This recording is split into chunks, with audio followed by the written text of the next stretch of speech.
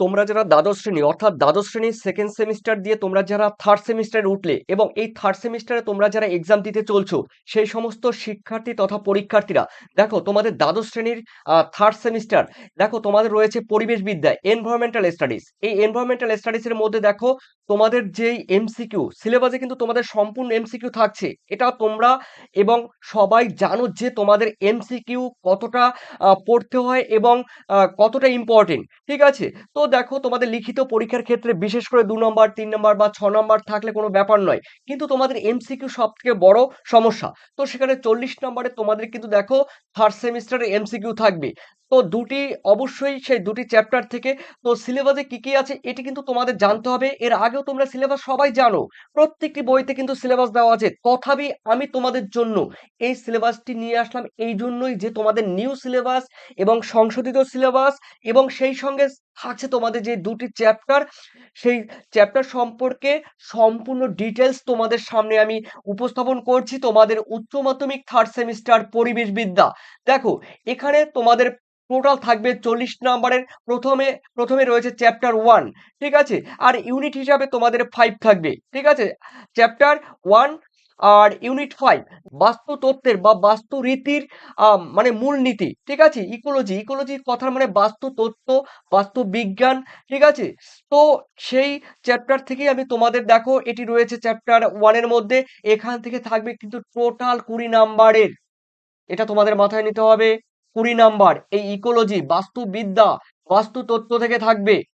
ওকে, তো এই বাস্তুবিদ্যা বা বাস্তুতত্ত্ব কাকে বলে সেই ব্যাপারটি অবশ্যই তোমাদের আমি পরের যখন ভিডিও তোমাদের শুরু দেব, আজকেই সেই ভিডিও তোমাদের দেবে তোমাদের ক্লাস 1। পরপর তোমরা কিন্তু প্লে লিস্টে কিন্তু পেয়ে যাবে। তো দেখো আমি প্রথমেই বলে দিচ্ছি মৌলিক ধারণা। ঠিক ঠিক আছে, ফান্ডামেন্টাল কনসেপ্ট আর রয়েছে সংজ্ঞা। ঠিক আছে, অর্থাৎ এই বাস্তুবিদ্যা বা ইকোলজির মৌলিক ধারণা এবং সংজ্ঞা থাকবে। দেখো প্রথমেই থাকবে ইকোলজি। ঠিক আছে, ইকোলজি কি বা কাকে বলে অবশ্যই তোমাদের পড়তে হবে। ইকোলজি কথাটি প্রথম কে ব্যবহার করে, ইকোলজি শব্দটি প্রথম কে ব্যবহার করে, অবশ্যই অবশ্যই প্রত্যেকটি লাইন কিন্তু তোমাদের খুঁটিয়ে খুঁটিয়ে পড়তে হবে। তবেই তোমরা কিন্তু এমসিকিউতে সঠিক যে কোনো জায়গা থেকে কোয়েশ্চেন করলে তোমরা উত্তর দিয়ে আসতে পারবে। ঠিক আছে, কোনো প্রবলেম হবে না। তো বাস্তুবিদ্যা বা ইকোলজি এটা ভালো করে পড়তে হবে। এরপরে রয়েছে প্রাকৃতিক চিত্র বা ভূদৃশ্য।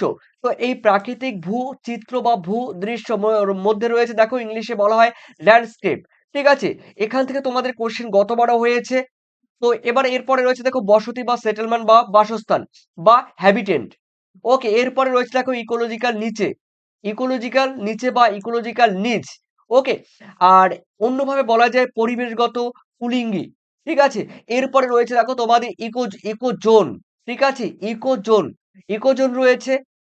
এরপরে রয়েছে দেখো জীবমণ্ডল বা বায়োস্ফিয়ার। ঠিক আছে, এই জীবমণ্ডল বা বায়োস্ফিয়ার বলতেই তোমাদের বুঝতে হবে। দেখো আমাদের এই বিশাল পৃথিবীর মধ্যে কিন্তু সব জায়গায় জীব বসবাস করে না। পৃথিবীর যে সমস্ত জায়গায় জীব বসবাস করে সেই সমস্ত অঞ্চলগুলোকে বলা হয় জীবমণ্ডল। ঠিক আছে, যেমন সমুদ্রের একটি নির্দিষ্ট গভীরতা পর্যন্ত জীবের অস্তিত্ব দেখা যায়। বায়ুমণ্ডলের বায়ুমণ্ডলের একটা নির্দিষ্ট উচ্চতা পর্যন্ত জীবের অস্তিত্ব দেখা যায়। ঠিক সেইভাবে আমাদের মাটি, ঠিক আছে, আমাদের মাটির একটি নির্দিষ্ট গভীরতা পর্যন্ত বিভিন্ন পোকামাকড় কীটপতঙ্গ দেখা যায়। ঠিক আছে, তো সেই জীবমণ্ডল তোমাদের রয়েছে। এরপরে রয়েছে বাস্তুতন্ত্র, ইকোসিস্টেম রয়েছে। তোমরা কিন্তু মাধ্যমিক জীবন বিজ্ঞানে পড়েছো। এরপরে রয়েছে দেখো ইকোসিস্টেম, স্থিতিশীলতা বা বাস্তুতন্ত্রের স্থায়িত্ব অর্থাৎ ইকোসিস্টেম স্টেবিলিটি সম্পর্কে তোমাদের জানতে হবে। এরপরে রয়েছে বায়োম। দেখো বায়োম থেকে প্রত্যেক বছরই কিন্তু কোশ্চেন থাকে বিভিন্ন ধরনের প্রধান স্থলজ বায়োমের বিবরণ দিতে হবে। যেমন রয়েছে নিরক্ষীয় অঞ্চলের বায়োম রয়েছে, ভূমধ্যসাগরীয় অঞ্চলের বায়োম রয়েছে, তুন্দ্র অঞ্চলের বায়োম রয়েছে, অন্যদিকে মরু অঞ্চলের বায়োম রয়েছে। এগুলো কিন্তু তোমাদের রয়েছে। এরপরে রয়েছে দেখো তোমাদের 5.2 রয়েছে, এখানে রয়েছে বাস্তুবিদ্যার মানে ইকোলজির দেখো বিভিন্ন যে শাখা রয়েছে, ব্রাঞ্চ রয়েছে, সেই শাখাগুলির মধ্যে রয়েছে অটো ইকোলজি রয়েছে দেখো। আর রয়েছে পৃথক জীবের অধ্যয়ন করা হয়। অটো ইকোলজি কথার মানে হলো যে সমস্ত জীব দেখো কোন জীবের মানে পৃথক জীব নিয়ে অধ্যয়ন করা হয়। পৃথক জীবের অধ্যয়ন, এখান থেকে তোমাদের কোশ্চেন থাকে। আর রয়েছে দেখো সিন ইকোলজি। এই সিন ইকোলজি মানে একটি জীব নিয়ে কিন্তু এখানে অধ্যয়ন করা হয়। অর্থাৎ রুই মাছের বাসস্থান সম্পর্কে এখানে অধ্যয়ন করা হয়, শুধু রুই মাছ নিয়ে যা হবে একটি প্রাণী নিয়ে বা একটি উদ্ভিদ নিয়ে, তোমরা যাই বলো, তবে মেইনলি একটি প্রাণী নিয়ে কিন্তু এই সিন ইকোলজি কিন্তু আলোচনা করে। আর অটো ইকোলজি কিন্তু বিভিন্ন জীব নিয়ে কিন্তু অধ্যয়ন করে। ওকে, এরপরে রয়েছে জনসংখ্যা বাস্তুবিদ্যা, রয়েছে পপুলেশন ইকোলজি, ঠিক আছে, এটা রয়েছে। এরপরে রয়েছে সম্প্রদায় বাস্তুবিদ্যা, অর্থাৎ কমিউনিটি ইকোলজি। এই কমিউনিটি ইকোলজি রয়েছে। বাস্তুতন্ত্র আর বাস্তুবিদ্যা রয়েছে, মানে ইকোসিস্টেম ইকোসিস্টেম ইকোলজি রয়েছে। ওকে, এরপরে হচ্ছে প্রধান স্থলজ বায়ুম, যেটা একটু আগে বললাম, প্রধান স্থলজ বায়ুম কি কি রয়েছে। এরপরে রয়েছে দেখো তোমাদের বায়োমের মধ্যে বাস্তুতন্ত্রের প্রকার এবং বিভিন্ন ধরনের বাস্তুতন্ত্র। দেখো বাস্তুতন্ত্র মানে ইকোসিস্টেম কাকে বলে, তো আমি একটু বলে দিচ্ছি। দেখো, কোনো একটি নির্দিষ্ট অঞ্চলে নির্দিষ্ট পরিবেশের মধ্যে বসবাসকারী বিভিন্ন যে সমস্ত এক একটা অঞ্চল রয়েছে, ঠিক আছে, পরিবেশের মধ্যে যে এক একটা অঞ্চল রয়েছে, সেই এক একটা অঞ্চলকেই বলা হয়, বলতে পারো বাস্তুতন্ত্র, ঠিক আছে। তো বলা যায় জলজ বাস্তুতন্ত্র রয়েছে, তারপরে পুকুরের বাস্তুতন্ত্র রয়েছে, সমুদ্রের বাস্তুতন্ত্র রয়েছে, সমুদ্রের উপকূলবর্তী অঞ্চলের বাস্তুতন্ত্র রয়েছে, নদীর বাস্তুতন্ত্র রয়েছে, লেক বা জলাভূমির বাস্তুতন্ত্র রয়েছে, ঝর্ণার জলের বাস্তুতন্ত্র রয়েছে। অন্যদিকে তোমরা বলতে পারো কৃষি জমির বাস্তুতন্ত্র রয়েছে, এরকম রয়েছে। তো দেখো বাস্তুতন্ত্র খুবই গুরুত্বপূর্ণ।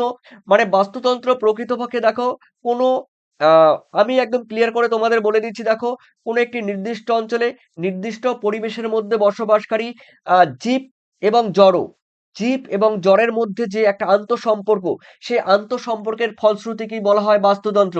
অর্থাৎ জীব জীব এবং জড় এই দুটি যে সমস্ত উপাদান রয়েছে, এদের মধ্যে যে একটি আন্তঃসম্পর্ক, সেই আন্তঃসম্পর্কের ফলশ্রুতিকেই বলা হয় বাস্তুতন্ত্র। বনভূমির বাস্তুতন্ত্র রয়েছে, তৃণভূমির বাস্তুতন্ত্র রয়েছে, লেন্টিক বাস্তুতন্ত্র রয়েছে, লোটিক বাস্তুতন্ত্র রয়েছে, এগুলো ডিটেলস বলবো, ঠিক আছে, পরবর্তী পর্যায়ে যে ভিডিওগুলো আসবে। মোহনার বাস্তুতন্ত্র রয়েছে, সামুদ্রিক, মরুভূমি আর জলাভূমির বাস্তুতন্ত্র রয়েছে, এগুলো রয়েছে। এরপরে দেখে নিচ্ছ, তোমরা দেখে নাও ইকোসিস্টেম গঠন। দেখো, ইকোসিস্টেম বা বাস্তুতন্ত্রের যে গঠনের মধ্যে রয়েছে জৈব উপাদান। জৈব উপাদান বলতে এখানে দেখো, জৈব উপাদানকে বিভিন্ন ভাগে ভাগ করতে পারো, ঠিক আছে। জৈব উপাদানের মধ্যে আমরা বলতে পারি, দেখো, বিভিন্ন ধরনের জীব রয়েছে। আর অন্যদিকে রয়েছে দেখো অজৈব উপাদান। অজৈব উপাদানের মধ্যে বলতে পারো মাটি, জল, বায়ু, এগুলো। ওকে, এরপরে বাস্তুতন্ত্রের তাদের ভূমিকা কি রয়েছে, এগুলো তোমাদের পড়তে হবে। এরপরে রয়েছে দেখো তোমাদের বাস্তুতন্ত্রের সংযোগ এবং তাদের বৈশিষ্ট্য এবং গুরুত্ব আলোচনা করো। দেখো, বাস্তুতন্ত্রের সংযোগ বলতে এখানে খাদ্য শৃঙ্খল রয়েছে, ফুড চেইন রয়েছে। খাদ্য শৃঙ্খল ক্লাস 10-এ পড়েছো তোমরা, ঠিক আছে। এখানে উদ্ভিদকে খাচ্ছে ধরো ঘাস ফড়িং, ঘাস ফড়িংকে খাচ্ছে, ব্যাঙ খাচ্ছে, ঠিক আছে, ব্যাঙকে খাচ্ছে কে, সাপ খাচ্ছে, সাপকে কে খাচ্ছে, বাজ পাখি খাচ্ছে, ঠিক আছে। এরকম খাদ্য শৃঙ্খল কিন্তু রয়েছে, কাকে বলে তোমাদের জানতে হবে। খাদ্য জাল কাকে বলে, ফুড ওয়েব। এরপরে শক্তি প্রবাহ বা এনার্জি ফ্লো কাকে বলে। সৌরশক্তি যখন, দেখো, সৌরশক্তি যখন বিভিন্ন পদ্ধতির মাধ্যমে উদ্ভিদ থেকে বিভিন্ন প্রাণীর দেহে যখন সঞ্চারিত হয়, তখন তাকে বলা হয় কিন্তু শক্তি প্রবাহ। এরপরে রয়েছে দেখো রেমন্ড লিন্ডেম্যানের 10% ল রয়েছে, পরিবেশগত দক্ষতা রয়েছে, পরিবেশগত পিরামিড রয়েছে, সংখ্যার পিরামিড, বায়োমাস পিরামিড এবং শক্তির পিরামিড রয়েছে, এগুলো রয়েছে।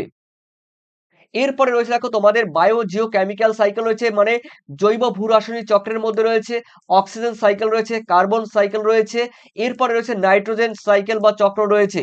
চ্যাপ্টার 2, এই চ্যাপ্টার 2 এর মধ্যে রয়েছে বায়োডাইভার্সিটি বা জীববৈচিত্র্য। ওকে, আমি অবশ্যই বলবো বায়োডাইভার্সিটি কি। দেখো, একদম সোজা ভাষায়, এক্সট্রিমলি সরি, দেখো আমার একটু ঠান্ডা লেগেছে, তার জন্য আমি আন্তরিকভাবে দুঃখিত, তো একটু কাশি হতে পারে। তো দেখো, এখানে রয়েছে তোমাদের সেকেন্ড চ্যাপ্টারের মধ্যে জীব বৈচিত্র্য। দেখো, বৈচিত্র্য কথার মানেই কিন্তু পার্থক্য। কোনো একটি নির্দিষ্ট অঞ্চলে নির্দিষ্ট পরিবেশের মধ্যে কিংবা কোনো বাস্তুতন্ত্রের মধ্যে কোনো উদ্ভিদ, প্রাণী, ব্যাকটেরিয়া, ভাইরাস, কীটপতঙ্গ, পোকামাকড় ইত্যাদির যে জীবের মধ্যে যে একটা বৈচিত্র্য রয়েছে, সেই বৈচিত্র্যকেই বলা হয় জীববৈচিত্র্য। দেখো জীববৈচিত্র্যের ধারণা, জীববৈচিত্র্য কথাটি প্রথম কে ব্যবহার করে? তো জীববৈচিত্র্যের হটস্পট কি? জীববৈচিত্র্যের হটস্পট কথাটি প্রথম কে ব্যবহার করে? ভারতবর্ষে কতগুলো জীববৈচিত্র্যের হটস্পট দেখা যায়? এগুলো। এরপরে রয়েছে দেখো জীববৈচিত্র্যের গুরুত্ব বা মূল্য কি? জীববৈচিত্র্যের স্তর কি রয়েছে? দেখো জেনেটিক জেনেটিক বৈচিত্র্য রয়েছে বা জীববৈচিত্র্যকে ভাগে ভাগ করা যায়। জেনেটিক বৈচিত্র্য রয়েছে, প্রজাতিগত বৈচিত্র্য রয়েছে, বাস্তুতান্ত্রিক বৈচিত্র্য রয়েছে, দেশীয় বৈচিত্র্য রয়েছে। কিন্তু মেইনলি এই ৩ টি কিন্তু মেইন তোমাদের। জেনেটিক বা জিনগত, জেনেটিক বা জিনগত বৈচিত্র্য, প্রজাতিগত বৈচিত্র্য, বাস্তুতান্ত্রিক বৈচিত্র্য। এই ৩ টি কিন্তু খুবই গুরুত্বপূর্ণ। এরপরে রয়েছে দেখো তোমাদের ৪ এ জীববৈচিত্র্যের ক্ষতি বা বিনাশ বা ধ্বংসের কারণ বা প্রভাব আলোচনা করো। খুবই গুরুত্বপূর্ণ এবং ভিভিআই। এরপরে প্রাকৃতিক ভারসাম্য রয়েছে। অবশ্যই প্রাকৃতিক ভারসাম্য তোমাদের বলবো। এরপরে রয়েছে মেগা বায়োডাইভার্সিটি। এই মেগা ডাইভার্সিটি দেশ হিসাবে ভারতবর্ষ বা মহাজীব বৈচিত্র্য দেশ হিসেবে ভারতবর্ষের ক্ষেত্রে রয়েছে দেখো ভারতের মোট প্রজাতির সম্পর্কে ধারণা করতে হবে, বিশ্বের জীববৈচিত্র্য সম্পর্কে ধারণা করতে হবে। এরপরে রয়েছে জীবের প্রজাতির বিলুপ্তি এবং সমৃদ্ধির সাধারণ ধারণা, জীব ভৌগোলিক অঞ্চল সম্পর্কে ধারণা রয়েছে, বন্যপ্রাণী বিলুপ্তির কারণগুলো উল্লেখ করতে হবে। তা কারণগুলোর মধ্যে বিশেষ করে মনুষ্য সৃষ্ট কারণ, বিশেষ করে চোরা শিকারী রয়েছে, পরিবেশগত দুর্যোগ রয়েছে, কিংবা প্রাকৃতিক কারণেও কিন্তু এই বন্যপ্রাণী কিন্তু বিলুপ্ত হয়। তবে তার থেকে বেশি দায়ী কিন্তু মনুষ্য সমাজ বা মানুষ বা চোরা শিকারীরা। এরপরে রয়েছে ভারতের কতিপয় মানে ভারতের অনুসারে লুপ্ত এবং লুপ্তপ্রায় বন্য প্রাণীগুলো কি রয়েছে? ত্রিপুরায় কতিপয় মানে ত্রিপুরা অনুসারে লুপ্তপ্রায় বন্য প্রাণী কি রয়েছে? বন্যপ্রাণীর গুরুত্ব কি রয়েছে? এরপরে রয়েছে দেখো ভারতের সাধারণত উদ্ভিদ এবং প্রাণীদের তালিকা। আমাদের সাধারণত উদ্ভিদ কিছু রয়েছে, আমাদের ভারতে কিছু প্রাণী রয়েছে। অর্থনৈতিক গুরুত্ব এবং সম্ভাবনা রয়েছে। তারপরে বন্যপ্রাণী বাণিজ্য বা বন্য জীবের ব্যবসা, আইনি, অবৈধ এবং চ্যালেঞ্জ সমাধান রয়েছে। মানে চোরা শিকারীরা যেটা করে, ঠিক আছে? বন্য প্রাণীদের নিয়ে যে ব্যবসা করে, সেই সব সম্পর্কে তোমাদের ডিটেলস জানতে হবে। এরপরে রয়েছে দেখো তোমাদের ১০ এ সরি। এরপরে রয়েছে বন্যপ্রাণী সংরক্ষণের প্রয়োজনীয় উপায়। দেখো বন্যপ্রাণী তো অবশ্যই আমাদের সংরক্ষণ করতে হবে। বন্যপ্রাণী যদি সংরক্ষণ না করা হয় তাহলে আমাদের বাস্তুতন্ত্র কিংবা খাদ্য শৃঙ্খল নষ্ট হয়ে যাবে। তখন খাদ্য শৃঙ্খল নষ্ট হওয়া মানেই আমাদের যেই বিভিন্ন প্রাণী রয়েছে, আমাদের যেই সমাজে যেই একটি খাদ্য শৃঙ্খলের একটি সিস্টেম রয়েছে সেই সিস্টেম কিন্তু ভেঙে যাবে। তো বন্যপ্রাণী দেখো এই যে বন্যপ্রাণী সংরক্ষণের উপায়, বন্যপ্রাণীর সুরক্ষায় নিয়োজিত কিছু সংস্থা রয়েছে, বন্যপ্রাণী সংরক্ষণের প্রয়োজনীয়তা, বন্যপ্রাণী সংরক্ষণের কৌশল। এরপরে এখান থেকে কিন্তু অবশ্যই ভিভিআই রয়েছে। ইন সিটু কনজারভেশন এবং এক্স সিটু কনজারভেশন কাকে বলে, রেড ডাটা বুক বা গ্রিন ডাটা বুক যেগুলো রয়েছে কি বা কাকে বলে এগুলো জানতে হবে। জীববৈচিত্র্যের হটস্পট কাকে বলে? প্রথমে আমি বলেছিলাম ভারতবর্ষের ৩টি জীববৈচিত্র্য হটস্পট রয়েছে। ১ নম্বরে রয়েছে ভারতের সাইলেন্ট ভ্যালি বা পশ্চিমঘাট পার্বত্য অঞ্চল। এরপরে রয়েছে দেখো বিভিন্ন প্রজাতির সংরক্ষণ রয়েছে। আইইউসিএন, আইইউসিএন এর বিভাগগুলো কি রয়েছে? এটি কিন্তু ডিটেলস পড়তে হবে, এখান থেকে কোশ্চেন দেয়। এরপরে রয়েছে জীববৈচিত্র্য সংরক্ষণের প্রয়োজনীয়তা কি? দেখো আমাদের জীববৈচিত্র্য প্রথমেই বললাম, একটু আগেই বললাম জীববৈচিত্র্য সংরক্ষণ আমাদের কিন্তু অনিবার্য। তার কারণ জীববৈচিত্র্য, জীব জীবকে তুমি উদ্ভিদ হোক প্রাণী হোক, জীবকে যদি তুমি টিকিয়ে না রাখতে পারো তাহলে পরিবেশের যে ব্যালেন্স সেই ব্যালেন্স কিন্তু সম্পূর্ণ বিলুপ্ত হয়ে যাবে। ঠিক আছে? খাদ্য শৃঙ্খল বিলুপ্ত হওয়া মানেই কিন্তু জীববৈচিত্র্য আস্তে কিন্তু ধ্বংস হয়ে যাবে। এরপরে রয়েছে দেখো জলাভূমি, জলাভূমি প্রকৃতির বৃক্ষ বা কিডনি বলা হয়। দেখো জলাভূমি রয়েছে দেখবে কোনো জায়গায়, সে শহর হোক কিংবা গ্রাম হোক, যেকোনো জায়গায় হতে পারে। দেখো সেখানে জলাভূমি আছে। সেই জলাভূমিতে দেখো আ শহরের শহরের কিংবা শিল্প কলকারখানার কিংবা বলতে পারো গ্রামের বিভিন্ন নোংরা আবর্জনা ওই জলাভূমিতে গিয়ে কিন্তু জমা হয়। সেখানে কিন্তু সেই জলাভূমিতে বিভিন্ন জলজ উদ্ভিদ রয়েছে। সেই জলজ উদ্ভিদ সেই নোংরা জলকে তারা সেই উদ্ভিদগুলো কিন্তু পরিশ্রুত করে। ঠিক আছে? তারপরে ভালো জল কিন্তু ভালো পিওর পিওর খাঁটি জল কিন্তু তখন আমাদের উপহার দেয়। তো সেই জলজ উদ্ভিদ আমাদের সেই নোংরা জলকে পরিশ্রুত করে, তাই জলাভূমিকে প্রকৃতির বৃক্ষ বলা হয়। এরপরে রয়েছে দেখো তোমাদের প্রজাতির বৈচিত্র্যের উপর আগন্তুক প্রজাতির প্রভাব। প্রজাতির বৈচিত্র্য, দেখো তোমার বাড়ির পাশে একটি জঙ্গল রয়েছে, ঠিক আছে, তোমার বাড়ির পাশে একটি জঙ্গল রয়েছে, এখানে দিব্যি দেখো এই জায়গায় যে সমস্ত প্রাণী রয়েছে, যে সমস্ত উদ্ভিদ রয়েছে, তারা একটি ব্যালেন্স রেখে, তারা একটি ভারসাম্য রেখে কিন্তু এই এই বনভূমির এই বনভূমির জীববৈচিত্র্য কিন্তু বজায় ছিল। কিন্তু হঠাৎ করে কোনো নতুন প্রজাতি যদি আগমন ঘটে, এখানে ধরো এই অরণ্যের মধ্যে বড় বড় পাইথন কিংবা অ্যানাকোন্ডা সাপের আগমন ঘটলো। যখন অ্যানাকোন্ডা সাপের আগমন ঘটলো, তখন এই বন্য প্রাণীর মধ্যে কিছু হরিণ থাকবে, কিছু শূকর থাকবে বা অন্যান্য প্রাণীগুলো থাকবে। তখন কিন্তু এই এই পাইথন বা অ্যানাকোন্ডা এসে এই এই ধরনের হরিণ কিংবা শূকর বা অন্যান্য প্রাণীগুলোকে কিন্তু খেয়ে ফেলবে। খেয়ে কিন্তু এই অরণ্যের বাস্তুতন্ত্র কিন্তু নষ্ট করে দেবে। এর ফলে এই আগন্তুক প্রজাতির আগমন ঘটলেই কিন্তু বাস্তুতন্ত্রের ভারসাম্য সম্পূর্ণ বিলুপ্ত হয়ে যায়। ওকে, এর ডোডো পাখি, যেমন ডোডো পাখি মরিশাস দ্বীপপুঞ্জের যে ডোডো পাখি ছিল, সেই ডোডো পাখির ক্ষেত্রেও কিন্তু একটি গল্প রয়েছে। সেই গল্প বলতে গেলে কিন্তু অনেকটা টাইম লাগবে, ঠিক আছে। সরি। এরপরে রয়েছে দেখো তোমাদের জীববৈচিত্র্যের উপর অপরিকল্পিত উন্নয়নের প্রভাব। দেখো জীববৈচিত্র্য যে রয়েছে, সেই জীববৈচিত্র্যের উপর অপরিকল্পিত কথার মানে হলো কোনো বিচার বিবেচনা না করে, ঠিক আছে, কোনো প্ল্যানিং না করে সেই সব জায়গায় জীববৈচিত্র্য ধ্বংস করে সেই সব জায়গায় উন্নয়ন শুরু করে দেয়। কোনো নদীর উপরে কোনো প্ল্যানিং না করে সেখানে বাঁধ তৈরি করে দিল। কোনো কোনো একটি অরণ্যে কোনো একটি অরণ্যের মধ্য দিয়ে একটি রেল লাইন তৈরি করে দিল। এইসব অপরিকল্পিত উন্নয়নের জন্যই কিন্তু জীববৈচিত্র্য নানাভাবে ধ্বংস হয়। যেমন অরণ্যের মধ্য দিয়ে যদি কোনো রেল লাইন পাতা হয়, এর ফলে বিভিন্ন প্রাণী মারা যেতে পারে। হাতি, এই হাতি কিন্তু দেখো ধ্বংস হয়ে যাওয়ার মূল কারণ কিন্তু অরণ্যের মধ্যে যে রেল লাইন পোতা হয়েছে, তার জন্য কিন্তু এই হাতির সংখ্যা কমে যাওয়ার কিন্তু একটি কারণ। এগুলো কিন্তু অপরিকল্পিত উন্নয়ন। এরপরে রয়েছে দেখো তোমাদের জীববৈচিত্র্যের সংরক্ষণের জয়েন্ট ফরেস্ট ম্যানেজমেন্ট রয়েছে। ঠিক আছে, এরপরে পিবিআর এগুলোর ভূমিকা উল্লেখ করতে হবে। অরণ্য সংরক্ষণ কাকে বলে? ভারতের অরণ্য সংরক্ষণ কোন কোন অরণ্যগুলো রয়েছে সেগুলো আমাদের উদাহরণ জানতে হবে। বিভিন্ন ধরনের পর্যায়ের মূল্যায়ন করতে হবে, মানে বিভিন্ন সংরক্ষণের পর্যায়ের আমাদের মূল্যায়ন করতে হবে। মূল্যায়ন অবশ্যই দরকার। এরপরে রয়েছে দেখো তোমাদের ভারতে কিছু বিপন্ন প্রজাতি রয়েছে, যেগুলো বিপন্ন প্রজাতি, ঠিক আছে, বিপন্ন রয়েছে, লুপ্ত রয়েছে বা লুপ্ত প্রায় রয়েছে। এগুলো তাদের সংরক্ষণ সম্পর্কে আমাদের জানতে হবে। তাই ইনসিটু কনজারভেশন, এক্সিটু কনজারভেশন রয়েছে। হ্যাঁ, এগুলো আমাদের অবশ্যই জানতে হবে। তবে পরবর্তী ভিডিও যেগুলো থাকবে তোমাদের কিন্তু এমসিকিউ সম্পূর্ণ থাকবে, এবং এমসিকিউ 4টে অপশন যে থাকবে তোমাদের, এ, বি, সি এবং ডি। এই 4টে অপশনের উত্তর ধরো বি হলো, আর বাকি অপশনগুলো কিন্তু আমি তোমাদের ব্যাখ্যা করে দেব, যেন পরবর্তী যে কোনো জায়গা থেকে কোশ্চেনগুলো তোমরা উত্তর দিয়ে আসতে পারো। তো ঠিক সেই হিসেবে তোমরা যারা পিডিএফ নেবে, তো তোমরা ভাবছো যারা 2027 সালে তোমরা যারা পরীক্ষা দেবে, তো 26 এবং 27, ঠিক আছে, 26 এবং 27 সালে তোমরা যারা পরীক্ষা দেবে, তোমরা যারা পিডিএফ নিতে চাইছো, অবশ্যই তোমাদের কিন্তু চ্যাপ্টার ওয়াইজ, ঠিক আছে, একদম ধরে চ্যাপ্টার ওয়াইজ দেখো তোমাদের আহ প্রত্যেকটি চ্যাপ্টার ধরে তোমাদের বাছাই করা এমসিকিউ প্রশ্ন থাকবে, আর প্রত্যেকটির উত্তর কিন্তু থাকবে এই 4টে অপশনের নিচে কিন্তু উত্তর দেওয়া থাকবে।